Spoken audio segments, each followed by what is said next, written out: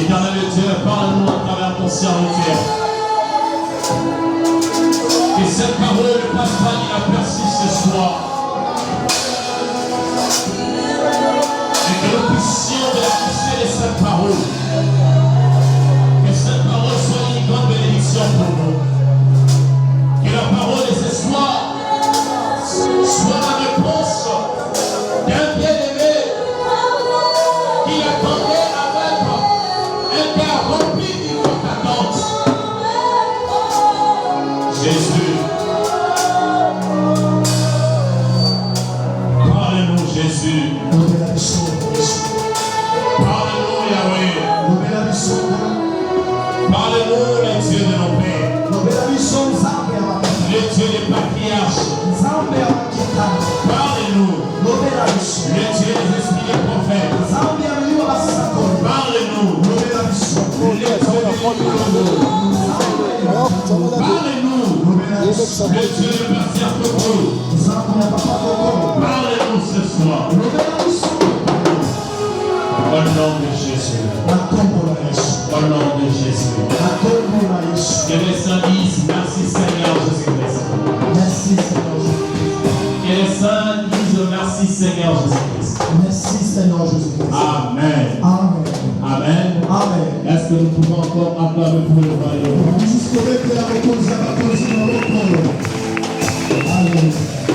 Acclame pour Jésus, acclame pour Jésus. Acclame pour Jésus. Déjà là où tu es. Acclame pour le roi des rois.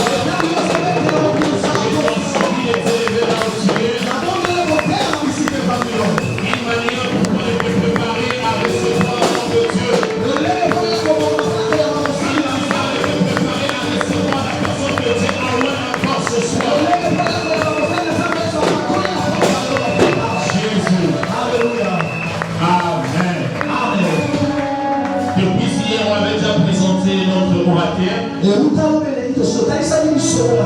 Il s'agit du berger Mike Kaembe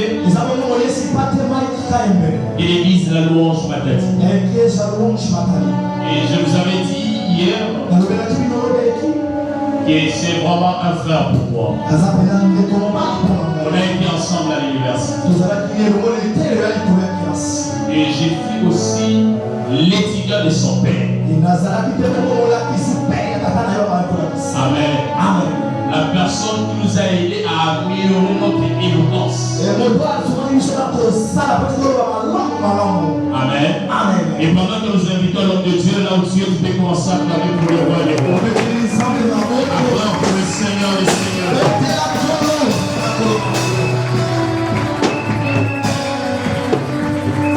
Tu peux continuer à acclamer le Seigneur.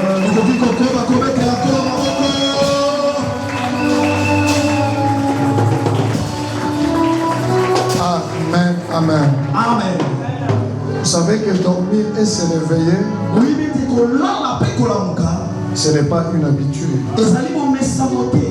Alors si ce soir, tu réalises que tu es en vie, surtout tu es en bonne santé, je voudrais te demander de joindre tes deux mains. Donne à Dieu l'offrande d'acclamation. Celui qui est en vie célèbre Jésus. Celui qui est en bonne santé célèbre le Tout-Puissant. Tu peux exagérer par tes acclamations. Tu peux maintenant pousser des cris de joie. Que Dieu vous bénisse abondamment. Amen, amen. Amen. Amen, amen. Amen. Aide-moi à dire à ton voisin, tu es une sentinelle. Alors que Dieu te bénisse. Amen, amen. Je te propose rapidement deux textes. Parce que nous sommes debout. Luc chapitre 4. Nous allons lire à partir du verset 17 jusqu'au verset 19. Luc chapitre 4, 17 à 19. Nous allons ajouter Matthieu chapitre 16, du 7 à 19. Luc chapitre 4, 17, 19, la Bible déclare ceci. On lui remit le livre du prophète Ésaïe. L'ayant déroulé, il trouva l'endroit où il était écrit: L'Esprit du Seigneur est sur moi, parce qu'il m'a oint pour annoncer une bonne nouvelle aux pauvres. Il m'a envoyé pour guérir ceux qui ont le cœur brisé, pour proclamer aux captifs la délivrance et aux aveugles le recouvrement de la vue, pour envoyer libres les opprimés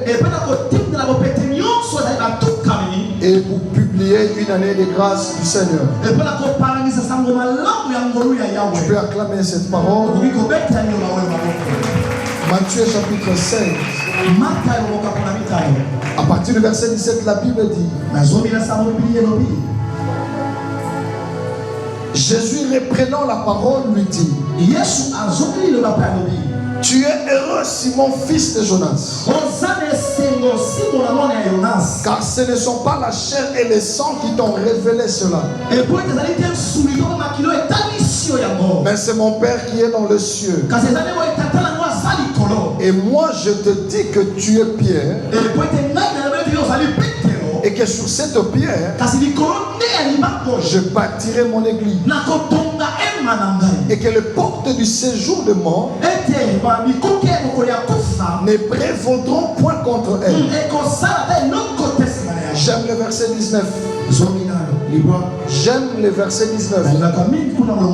Il précise ceci: Je te donnerai les clés du royaume des cieux. Ce que tu lieras sur la terre sera lié dans le cieux, et ce que tu délieras sur la terre sera délié dans le cieux. Parole du Seigneur. Amen. Merci d'acclamer cette parole. Et merci de répondre à nos places. Que Dieu nous bénisse abondamment. Amen, amen. Il y a quelqu'un qui est dans la joie de se retrouver dans la présence de Dieu ce soir. Si tu es là, tu peux simplement faire ce petit mouvement. Amen, amen. Que Dieu bénisse la détermination de chacun de nous. Nous sommes dans une génération où peu de personnes accordent l'importance aux choses de Dieu. Alors s'il y a des jeunes ce soir, ils peuvent tout laisser pour venir prioriser l'œuvre de Dieu. Il est de notre devoir de savoir les encourager. Amen, amen. Alors aide-moi à encourager ton voisin qui est à côté de toi. Dis-lui que Dieu te bénisse. Et tu motives pourquoi Dieu doit les bénir. Parce que tu priorises son œuvre. Si tu le crois, tu peux acclamer la parole. Amen, amen. Amen. Le cri de la sentinelle dans le désert. Depuis le premier jour, Dieu est en train de nous pousser à cela. L'orateur a réveillé une sentinelle qui dormait. Il nous a fait comprendre que nous sommes des sentinelles partout où Dieu nous a placés. Et j'ai compris ceci. Quel que soit l'endroit où tu te trouves, lorsque Dieu permet, tu arrives quelque part, tu dois te dire premièrement, si Dieu a permis que j'arrive ici, le premier but, c'est qu'il m'a placé ici d'abord comme sentinelle. Quelqu'un me comprend? Amen. Ça, c'est ce qu'on nous a fait comprendre le premier jour. Il ne peut pas y avoir de malheur qui arrive là où tu es, autour de toi, quand tu es une sentinelle, mais que tu ne captes pas cela, la vraie sentinelle, la bonne et la meilleure sentinelle, c'est celui qui a le contrôle de tout son périmètre. Vous savez, ça fait très mal pour un parent qu'il est parti au travail et qui est revenu chez lui à la maison. Il apprend que son enfant a subi une attaque. Ça fait très mal. Il s'est dit, comment cette chose est arrivée? Moi qui suis serviteur de Dieu, je n'ai pas vu cela. Et on a fait comprendre à chacun de nous, lorsque tu es sentinelle, il y a des choses sur lesquelles tu dois veiller. Tu dois veiller sur ton regard. Tu dois veiller sur tes oreilles. Tu dois même veiller sur ton domaine de rêve. Ce sont les canaux par lesquels Dieu passe pour donner des informations à la sentinelle. Amen, amen. Mais pour nous, dans ce programme, il n'est pas seulement question de la sentinelle, mais il est plutôt question du cri de la sentinelle dans le désert. Et hier, nous avons dit en ce lieu, le désert a des oreilles. Le désert écoute. Le monde dans lequel nous vivons écoute. Mais ce qui est curieux, le monde n'écoute pas n'importe quel cri. Le monde n'obéit pas à n'importe quel cri. Il y a beaucoup de gens qui poussent des cris. Il y a beaucoup de ministères qui essayent de sortir la tête. Il y a des serviteurs de Dieu qui parlent. Il y a même des prophètes qui donnent des prophéties. Mais leur parole n'est pas écoutée. Parce que le monde dans lequel nous vivons n'obéit pas à n'importe quelle voix. C'est comme ça que nous avons dit en ce lieu. Pour que ta voix soit écoutée, tu as besoin de certaines choses.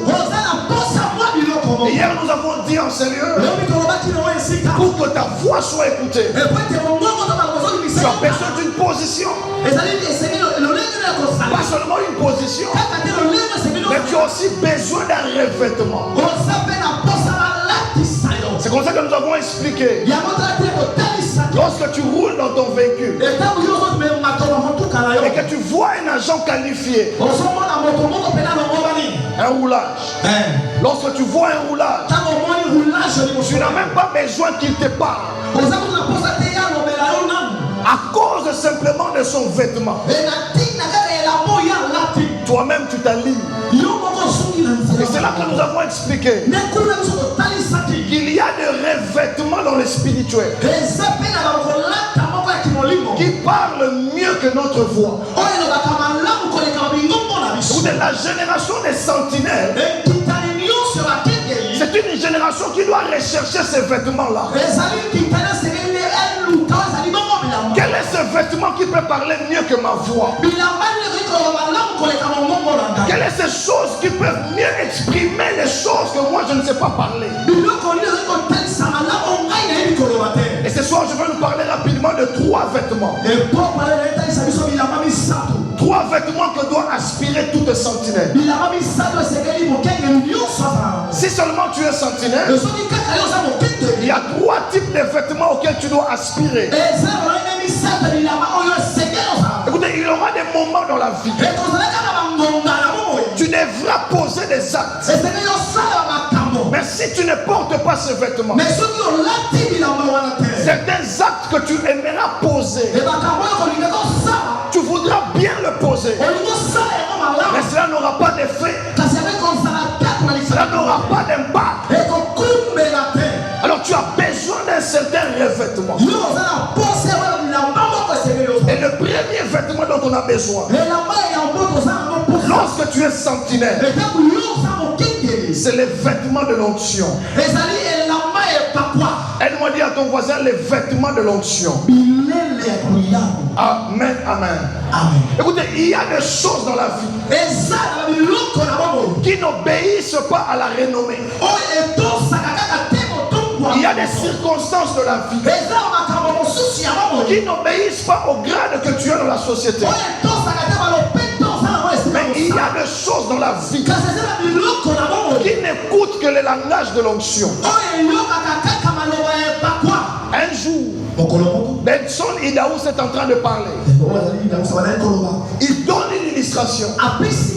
Il dit ils étaient quelque part dans un hôtel. Ils étaient avec un homme que vous connaissez.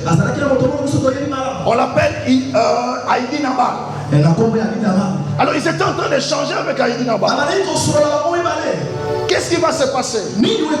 Ils étaient vers la véranda et il y avait un immeuble juste à côté d'eux. Un immeuble juste à côté d'eux. Alors l'enfant avait quitté le 8e niveau. Cet enfant commençait à tomber. L'enfant a quitté le 8e niveau. Et l'enfant commençait à tomber. Les gens qui étaient par terre, les gens qui étaient au premier niveau, ont commencé à crier. Ils ont poussé des cris. Écoutez, il y a des cas dans la vie. Même si tu as une voix qui peut arriver jusqu'au stade, tu peux pousser des cris avec ta voix. La situation va rester intacte. Ils ont poussé des cris. Moi je pensais que la pitié de ces hommes-là allait arrêter l'enfant en l'air. Mais la miséricorde de ces hommes-là n'a pas empêché à l'enfant de tomber. D'ailleurs, plus il criait, l'enfant continuait à tomber. Écoutez, je vais dire rien ce soir. Il y a des vêtements. Si tu ne les as pas, tu peux connaître un problème. Tu parles sur ce problème. Le jour suivant, tu parles sur le problème. Et le problème reste intact. Alors qu'est-ce qui va se passer? Benson Idaous, ça se lève. Les gens qui ne connaissent pas cet homme-là, je vous explique qui est cet homme.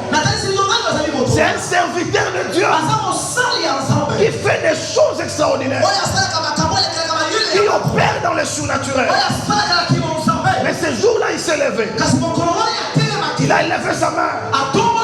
Il a dit, si je suis serviteur de Dieu, que cet enfant ici ne tombe pas ici-bas. Il s'arrête en chemin. Benson Idaous a levé sa main. L'enfant continue à tomber. Et l'enfant continue à arriver. L'enfant arrivait au 2e niveau. Benson Idaous a baissé sa tête. Alors il y avait un homme qui ne savait même pas parler anglais, qui ne savait même pas parler français. Tout ce qu'il sait dire, ouais, il ne sait que parler Swahili. Cet homme-là s'est levé du choc. Il a pris sa main. Il n'a pas parlé. Il a pris seulement sa main. Il a commencé à faire ça. Lorsqu'il fait ça, l'enfant a commencé à flotter en l'air. L'enfant commence à flotter en l'air. Il commence à faire ça. L'enfant commence à descendre. Et il dit à la maman, va prendre ton enfant. Lorsque la maman touche l'enfant, il enlève sa main. Benson Idaous, un serviteur de Dieu puissant, lorsqu'il prêchait, les gens se répandaient. Il avait de l'argent. Mais quand il a vu ce qui s'est passé, il a couru derrière Heidi Nabal. Il dit à Heidi Nabal, quel est ton secret? Il dit, pour que tu fasses de telles choses, tu as besoin de l'onction. Je ne n'ai pas entendu ton amen. Et il a fléchi ses genoux. Il lui a imposé la main. Un jour, le même Benson Daoussa s'est retrouvé aux États-Unis dans une grande conférence. L'Américain qui a programmé la conférence n'a aligné que des Africains. Le jour où lui veut prêcher, il pose la question à cet homme-là. J'ai fait un constat. Tu n'as programmé que des Africains. Mais pour un programme en Amérique, pourquoi tu as fait cela? Le monsieur qui organise l'activité répond. Il dit, mon frère, j'ai fait un constat. Si tu veux l'onction, va en Afrique. Oh, je n'ai pas bien entendu ton amen. Il dit, si tu veux l'onction, va en Afrique. Écoutez, le monde actuellement, le monde que nous sommes en train de vivre, ne manque pas des hommes. Même l'église dans laquelle nous sommes ne manque pas des hommes. Mais l'église manque des hommes ouins. La nation dans laquelle nous vivons ne manque pas des hommes intelligents. Ne manque pas des hommes qui ont étudié. Mais pour le relèvement de la nation, les Congo manquent des hommes ouins. Je lève ma main, je déclare. Partout où Dieu t'a placé, reçois l'onction de commander. Je n'ai pas bien entendu ton amen. Le monde n'a pas besoin des hommes. Mais le monde a besoin des hommes ouins. Vous savez, à un certain niveau, le père dans l'église n'a pas besoin de collaborateurs. Mais le père dans une église a besoin de collaborateurs ouins. Un collaborateur ouin peut résoudre les problèmes et le père dort celui à la maison. Je lève ma main, je déclare que Dieu suscite dans cette église des hommes et des femmes ouins. Quand tu me donnes amen, bien cette onction tombe sous ta tête. Il y a un temps dans la vie, on doit refuser d'avoir seulement des hommes. Moi-même, les gens qui sont autour de moi, Bishop, je m'arrange que ce soit des hommes ouins. Quand tu marches avec des hommes ouins, je vais vous faire rire. Lorsque nous avons quitté ici hier, on a commencé à rentrer. C'est pas parce qu'il était au volant. Il y avait un embouteillage à Kinkanda. J'ai cherché ce mot autour de moi. J'ai appelé mon frère qui est là. C'est un homme ouin. J'ai dit, prophète, fais la cartographie du rond-point Kinkanda. Dis-moi si au rond-point Kinkanda il y a des embouteillages.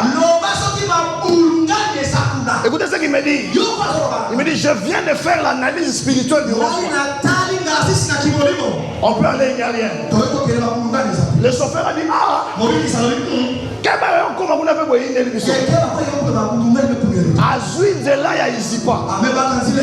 écoutez, il faut respecter les hommes.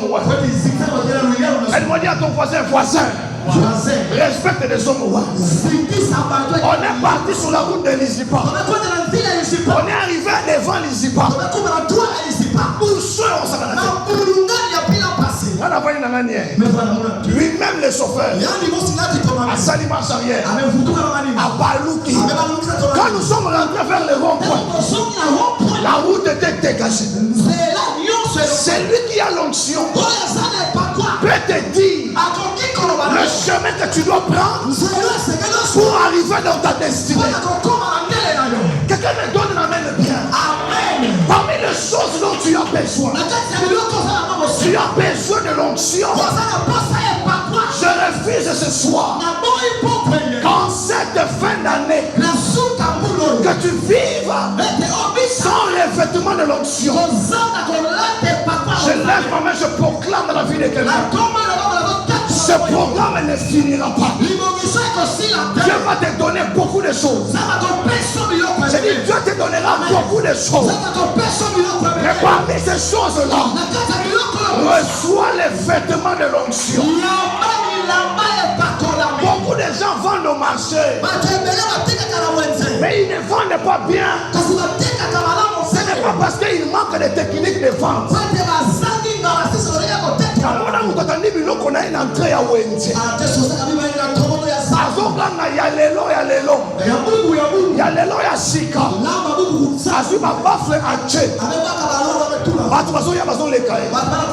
Mais il y avait une maman au coin là.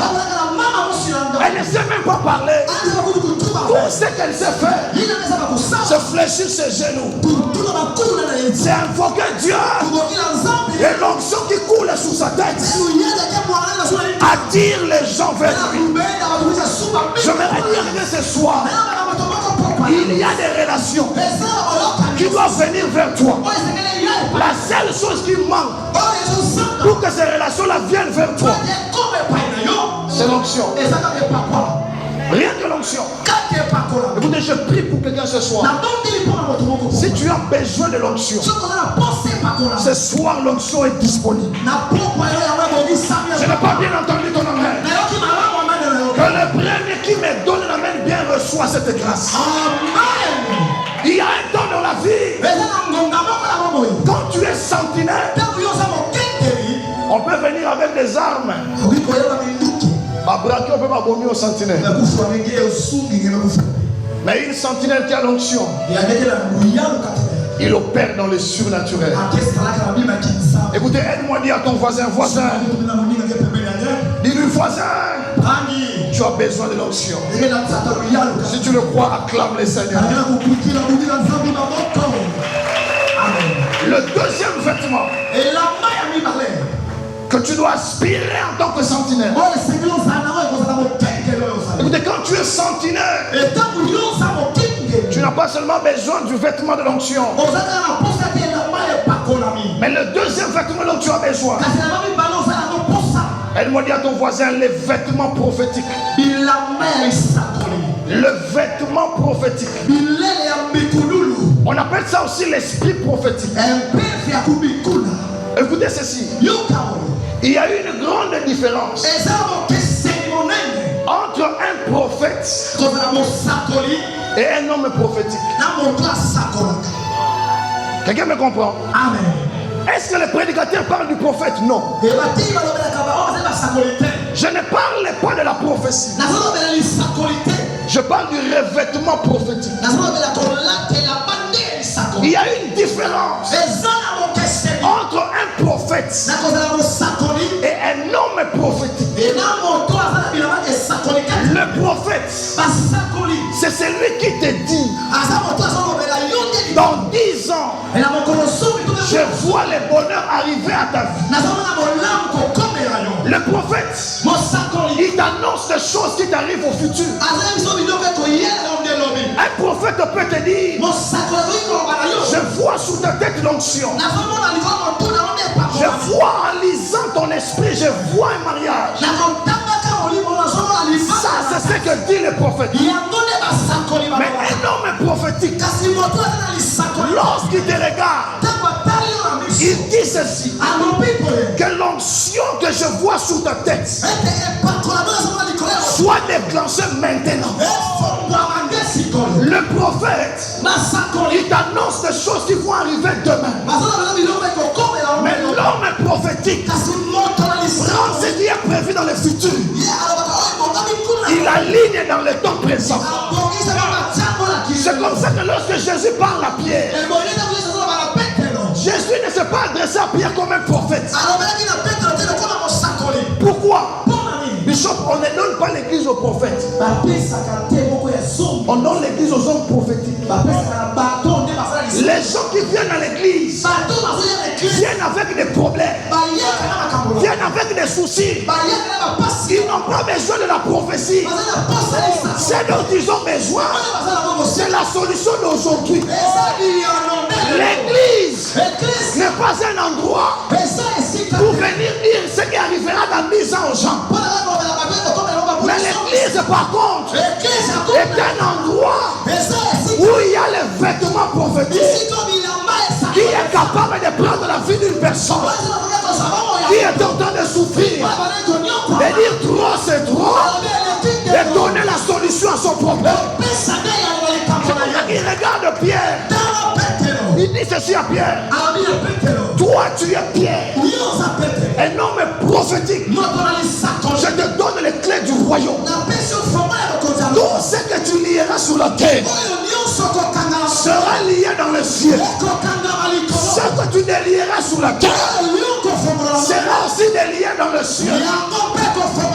Qu'est-ce qu'il était en train de donner à Pierre? Il a donné à Pierre la capacité de prendre ce qui n'est pas aligné dans le temps et de les fixer dans le temps. Il y a des gens sous le soleil qui peuvent voir un mariage qui va arriver dans 10 ans. Mais c'est un esprit prophétique. Il lève sa main, il proclame. Tu devrais te marier dans 10 ans. Mais je prie le Seigneur, reçois ton mariage aujourd'hui. C'est comme ça qu'un homme s'est levé dans la Bible. On l'a présenté brutalement. Il s'appelait Élie. Il a dit ceci: je ne parle pas au nom de Dieu. Parce qu'il y a des moments dans la vie, si tu dois parler, tu dois utiliser Dieu comme couverture. Je dis au nom de Dieu, sois béni. Mais il y a aussi des moments dans la vie où des hommes prophétiques ne font pas recours au nom de Jésus, ne font même pas recours au nom de Dieu. Élie s'est levé. Il a dit: dans cette nation, il n'y aura pas de pluie. Il dit: sinon pas au nom de Dieu, non. Sinon pas au nom de Jésus, non. Sinon à ma parole. Je lève ma main, je déclare à tout ce que ta foi dira oui, le ciel ne dira jamais non. Je n'ai pas entendu ton amen. À tout ce que ta foi dira oui, Bishop, le ciel ne dira jamais non. Si ce soir ta foi dit oui à la gouvernance, que le ciel ne dise jamais non. Dis à ton voisin les vêtements prophétiques. Moïse, écoute-moi. Tu dois passer par le désert. Ce n'est pas la parole qui te sauvera. À un moment donné, Moïse, tu auras devant toi la mer rouge. Tu auras devant toi beaucoup d'obstacles. Je parle à un Moïse ce soir. Tu as besoin du revêtement prophétique. Et lorsque Moïse a commencé sa marche, il a connu ce problème. Vous savez, à un certain moment donné, Dieu te posera la question: qu'as-tu comme vêtement? Parce que le Dieu que nous servons, il opère avec les vêtements que nous avons. C'est comme ça qu'il y a beaucoup de gens qui viennent à l'église malades. Jésus a besoin de sauver ces gens-là. Il demande dans votre église qui a le vêtement de l'onction, qui a le vêtement prophétique. Et quand il n'y en a pas, la brebis peut rester là pendant des années sans trouver de solution. Écoutez, je refuse ce soir que tu vives sous le soleil sans accéder à cette dimension prophétique. Il y a des moments de la vie, le prophète peut te dire beaucoup de choses, mais quand tu es un esprit prophétique, tu peux fixer la prophétie dans le temps. Tu peux fixer la prophétie dans le temps. C'est ça la partie la plus difficile. Abraham, je te bénirai, je te donnerai un fils. Mais il a fallu qu'un jour un homme vienne visiter Abraham, un esprit prophétique. Cette fois-là, il dit à Abraham: je te sors du régime de je te bénirai. Je te sors du régime que je te donnerai. Écoutez, moi je n'aime pas trop l'évangile et je te bénirai. Je n'aime pas trop l'évangile et je te donnerai. Cet homme-là va dire à Abraham, l'année prochaine, à la même époque, je reviendrai en ce lieu. Et Sarah aura un fils. La prophétie était déjà donnée. Mais il manquait un esprit prophétique pour fixer la prophétie dans le temps. Ce soir, je viens comme un homme prophétique. Je lève ma main, je déclare. Toutes les prophéties que tu as déjà reçues en ces lieux, les prophéties que tu as reçues depuis ton enfance, même les rêves que tu as vus depuis ton enfance, sous la grâce qui coule dans cette maison, je viens fixer un timing à ces prophéties. J'annonce à l'église Médène, l'année prochaine, à la même époque, je reviendrai en ce lieu. Tu ne seras plus la même personne. Tu ne m'as pas donné un bon amen. J'annonce à l'église Médène, l'année prochaine, je reviendrai en ce lieu. J'aurai du mal pour parquer mon véhicule là-bas. Parce qu'il y aura un parking de dépendants. Quand tu me donnes une amène, bien reçois cette grâce. Amen. Quelquefois à l'église, on n'a pas seulement besoin de la prophétie. On a aussi besoin des hommes prophétiques. Aide-moi, tape des personnes. Tape des personnes, tape des malades. Dis leurs voisins. Toutes tes prophéties, ça s'accomplit aujourd'hui. Ton amen est encore petit. Amen. Je dis toutes les prophéties que tu as reçues, ça commence à s'accomplir maintenant. Bishop, un jour, Dieu s'est hasardé. Dieu s'est hasardé. Il est allé provoquer un homme qu'on appelle Jacob. Il dit à Jacob, il s'est battu avec Jacob. Jacob lui dit, moi on ne joue pas avec moi. Si tu me provoques, je te prendrai par la main. C'est ça la génération des sentinelles. Dieu dit à Jacob, laisse-moi partir. Jacob lui dit non, bénis-moi maintenant. Dieu dit à Jacob, non, laisse-moi partir. Je te bénirai. Jacob a dit non. Je te bénirai. Je te donnerai. Je te montrerai. Non, non, Jacob a dit. Qui est là, moi, Abraham? Moi, je ne suis pas Abraham. Aujourd'hui, tu me béniras. Amen. Je lève ma main, je proclame. Je te bénirai.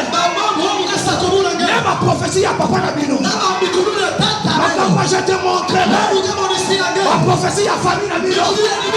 Ce soir, ce que tu désires, reçois-le au nom de Jésus. Aide-moi de l'esprit prophétique. Tu as besoin de ce vêtement-là.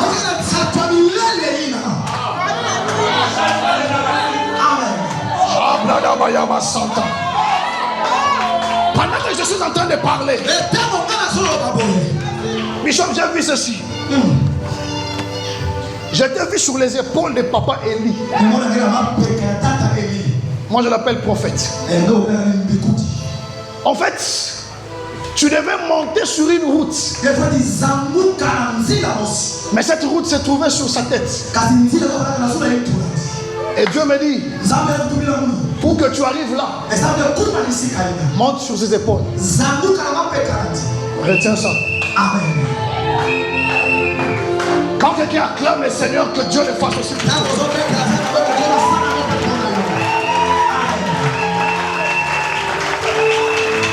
prière pour que ce soir, il y a des rêves que tu as fait il y a de cela 15 ans. Tu n'es pas fatigué que ça continue à demeurer rêve. Il y a des prophéties que tu as reçues il y a de cela 10 ans. Tu n'es pas fatigué que ça demeure prophétie. J'annonce de la part de Dieu. Fini la saison des rêves. Fini la saison des prophéties. J'entends un bruit qui annonce la nouvelle saison des témoignages, d'accomplissement, d'exaucement. Quand tu pousses un cri de joie, reçois ce Amen. Tu as besoin de ce vêtement-là. Tu en as besoin, papa. Vous savez, j'ai aimé ce que le prophète a dit hier ici. Même Jésus savait. Je suis en train de partir. Mais vous avez besoin du vêtement. On a tombé dans un truc qui m'a linge. Maintenant, écoute ceci.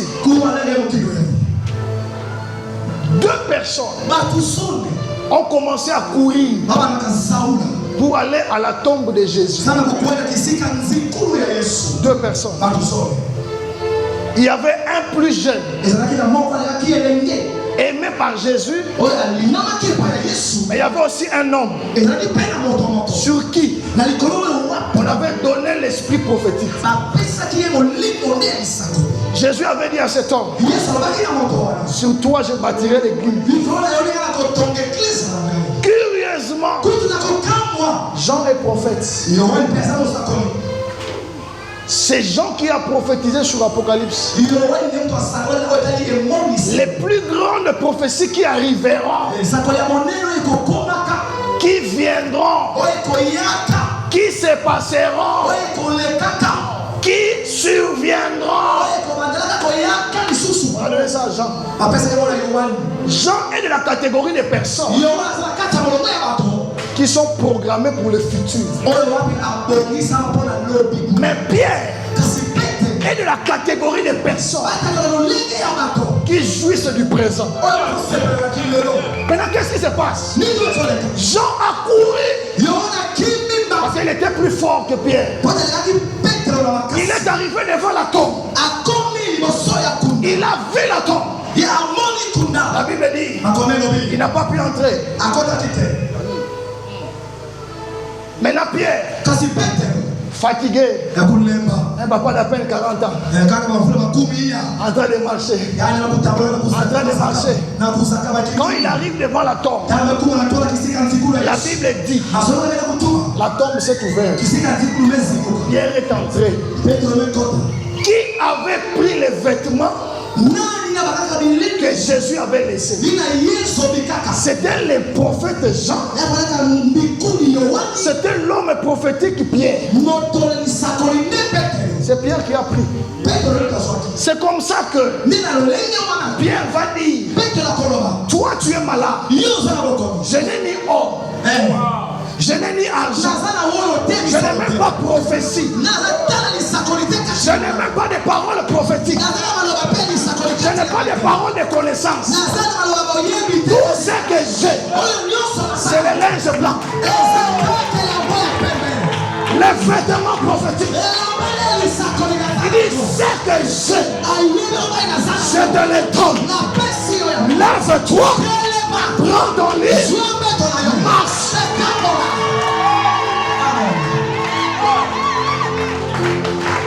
Je vais le déclarer sur quelqu'un. Si dans ta vie, la famille t'avait programmé dans le futur, je me joins à l'onction qui coule en ces lieux. Je vais dans ton futur. Je récupère ta bénédiction. Je te le ramène dans le présent. Quand tu me donnes, ramène bien le soir. Amen. Écoutez, je n'ai ni prophétie à te donner. Je n'ai ni pas d'argent à te donner. Tout ce que je te donne ce soir, reçois ton vêtement prophétique. Je pensais que tu allais célébrer Jésus. Je pensais que tu allais pousser des cris de joie. Pierre, écoute-moi. Pierre, écoute-moi. Les gens, Jean la personne, sont des personnes qui nous précèdent. Mais nous les Pierre, nous sommes les gens qui viennent au bon moment. J'aimerais t'annoncer ceci. C'est lui qui s'est marié avant toi. Il n'a pas pris ton mariage de présent.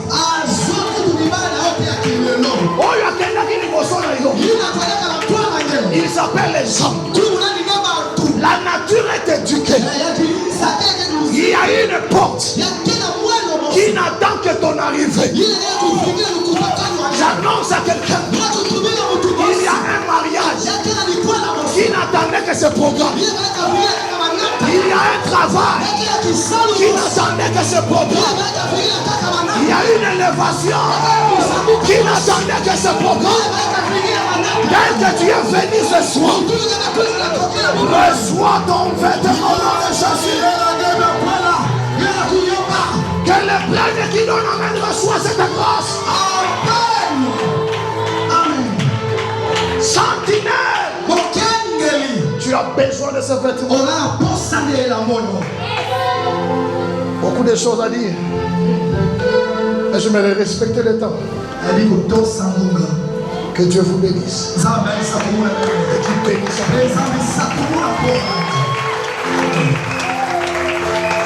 Lève-toi là, tu on va prier le Seigneur.